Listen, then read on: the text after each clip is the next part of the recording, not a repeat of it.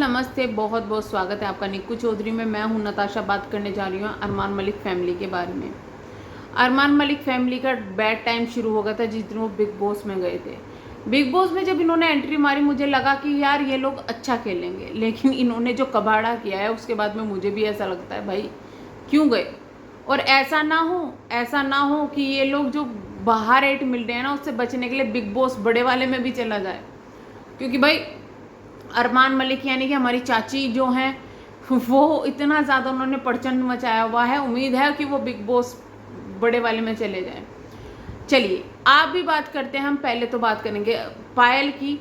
पायल को जो धमकियां मिल रही है उसके बारे में, अरमान मलिक को जो धमकियां मिल रही है उसके बारे में, प्लस तो चलिए बात करते हैं पायल मलिक की धमकियों के बारे में। पायल मलिक को किसी ने फ़ोन पर धमकी दी है, वो उन्होंने धमकियां नहीं बताई, उन्होंने बताया कि गालियां पड़ रही थी, ये है वो है।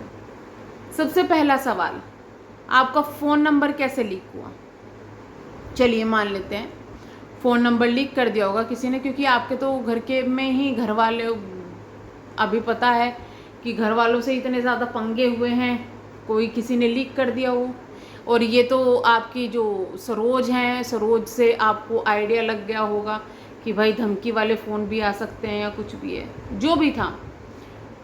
पायल मलिक एक इन्फ्लुएंसर, वैसे तो इन्फ्लुएंस आप गलत चीज़ों में बहुत कर चुके हैं, क्या एक अच्छे इन्फ्लुएंसर होने के नाते आपको अगर कोई फ़ोन करके धमकी दे रहा है, गालियां दे रहा है, तो आपकी ये जिम्मेदारी नहीं बनती कि आप उनके खिलाफ रिपोर्ट करें।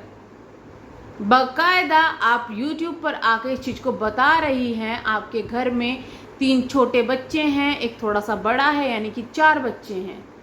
आपको जिस तरीके से धमकियां मिल रही है, क्या आपको डर नहीं लग रहा है? आपने बोला मुझे डर नहीं लगता, फाइन फाइन, लेकिन क्या आपकी ये जिम्मेदारी नहीं बनती थी कि अगर आपको इस तरीके से धमकी मिल रही है तो आप इसके ऊपर एक्शन लें, ना कि YouTube पर आकर रोने लग जाएं?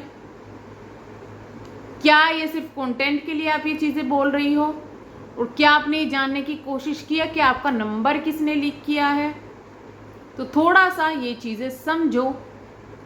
आपकी जो वीडियोस हैं उनको वैसे ही स्क्रिप्टेड बोला जा रहा है, तो ऐसी हरकतें करोगे तो यही होगा। कल तक आप बोल रहे थे मैं अब नहीं देखूंगी, बिग बॉस नहीं देखूंगी, लेकिन आप एकदम से अचानक से एक वीडियो आती है, उसमें नाच रहे हो क्योंकि अरमान को 1 लाख रुपए मिल गए। 1 लाख रुपए मिल गए, आप नाच रहे हो। एक वीडियो में इतना रोते हो, दूसरे में नाचने लग जाते हो। एक में बोलते नहीं देखूंगी, दूसरे में खुश हो जाते हो। एक में बोलते हो उन्हें बाहर निकाल दो, दूसरे में वोटिंग अपील करते हो। आप चाहते क्या हो? इतने ज़्यादा कन्फ्यूज़न में क्यों?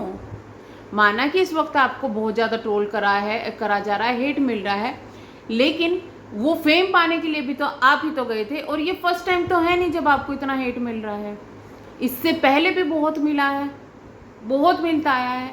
बीच में आपकी इमेज थोड़ी सी क्लियर हुई थी, क्योंकि लोगों को अनुमान लगने लगा था कि अरमान मलिक फैमिली मैन है। कुछ लोग होते हैं ऐसे, जो लोग ये सेंसिटिविटी को नहीं समझते कि 2 शादी का मतलब क्या होता है। उनको ये लगता है नॉर्मल है। और अगर आपके ब्लॉग देखे तो अच्छे हैं, ब्लॉग्स में कभी मैं ये नहीं कहूँगी बुरा है, भले ही आप मैसेज जो है गलत दे रहे हो, पर मैं ये नहीं कहूँगी कि बुरा है। बट अभी आप पब्लिक को क्या मैसेज दे रहे हो, ये दिखा के कि आपको धमकी मिल रही है। इन्फ्लुएंसर हो तो अच्छी चीज़ में इन्फ्लुएंस करो ना, हर चीज़ में हमेशा बुरा है, बुरा बुरा बुरा बुरा बुरा करने की क्या चीज़ है। उसके बाद बात करते हैं, अरमान मलिक अपनी बीवी कृतिका के साथ में रोमांस करते हुए नजर आए बिग बॉस के घर के अंदर। चलो जो भी है, ज़्यादा इस पर बात नहीं करते, मैं तो सिर्फ न्यूज़ बता रही थी, बाकी आप खुद सोच लो। रोमांस करते हुए नजर आए। बिग बॉस में पूरा सियाना है, अंधेरे में भी दिखा रहा है, फोकस मार मार के देखो, रोमांस चल रहा है। भैया पायल, तुम्हारी हिम्मत है भाई, हिम्मत है, तुम दोनों ही वाइफ की हिम्मत है, एक हस्बैंड को शेयर कर रही हो। खैर अब बात करते हैं पायल की धमकियों की, तो बात कर दी। पायल की जो लाइफ में जो बवाल आया है उसका जिम्मेदार बहुत ज़्यादा कौन है? पायल खुद है।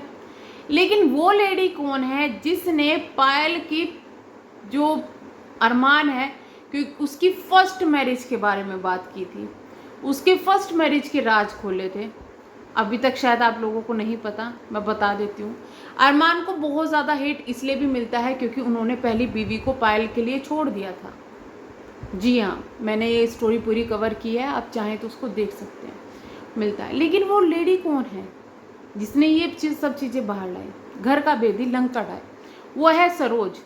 सरोज इस चीज़ का कारण है कि उनको इतना ज़्यादा हेट मिला है। वो भी बता देती हूँ मैं क्यों।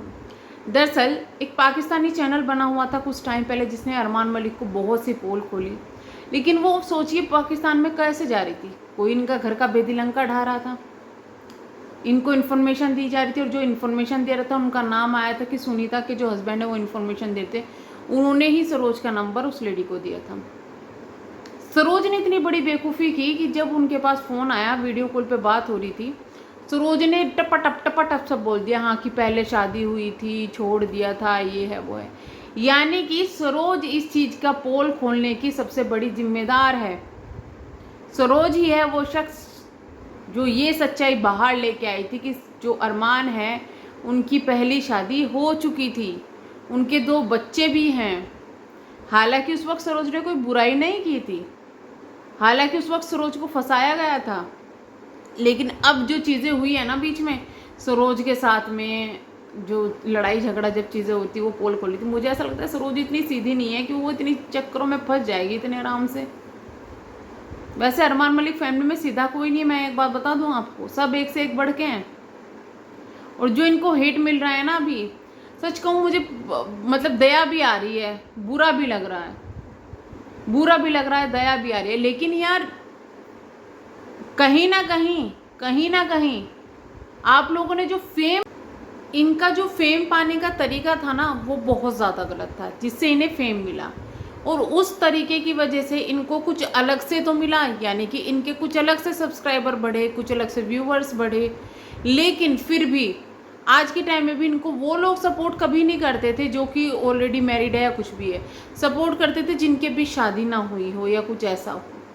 अब उन लोगों को भी ये चीज़ें समझ में आने लगी, क्योंकि जो विशाल वाला जो चीज़ें हुई है ना उसमें लोगों को समझ में आने लगी कि ये जो दिखते हैं वो है नहीं है, ओवर है। और जिस तरीके से इन्होंने कामयाबी पाई थी ना उसका साइड इफ़ेक्ट होना ही था। ये इनका भी जो टाइम चल रहा है ना ख़राब वाला, उसका रीज़न ये नहीं है जो भी बिग बॉस में हुआ, उसका रीज़न ये है कि इन्होंने जो फेम पाने के लिए जो तरीका अपनाया था ना वो तरीका गलत था। और ऐसा नहीं है कि इनके साथ में यही चलने वाला है, ये बिग बॉस से बाहर आ जाएंगे, 1 महीने 2 महीने ये चीज़ें चलेंगी, और ये सबके साथ चलती है। बहुत से लोग हेटर बन के निकलते हैं, बहुत से लोग वहाँ पे इतना फेम पा लेते हैं, इतना प्यार पा लेते हैं ये, लेकिन ये सबके साथ चलता है बिग बॉस के बाहर में। 1-2 महीने चलेगा, ये अपने काम में लगे रहेंगे, ये इमोशनल कर करके उसका फ़ायदा उठाते रहेंगे और फिर लोग भूल जाएंगे।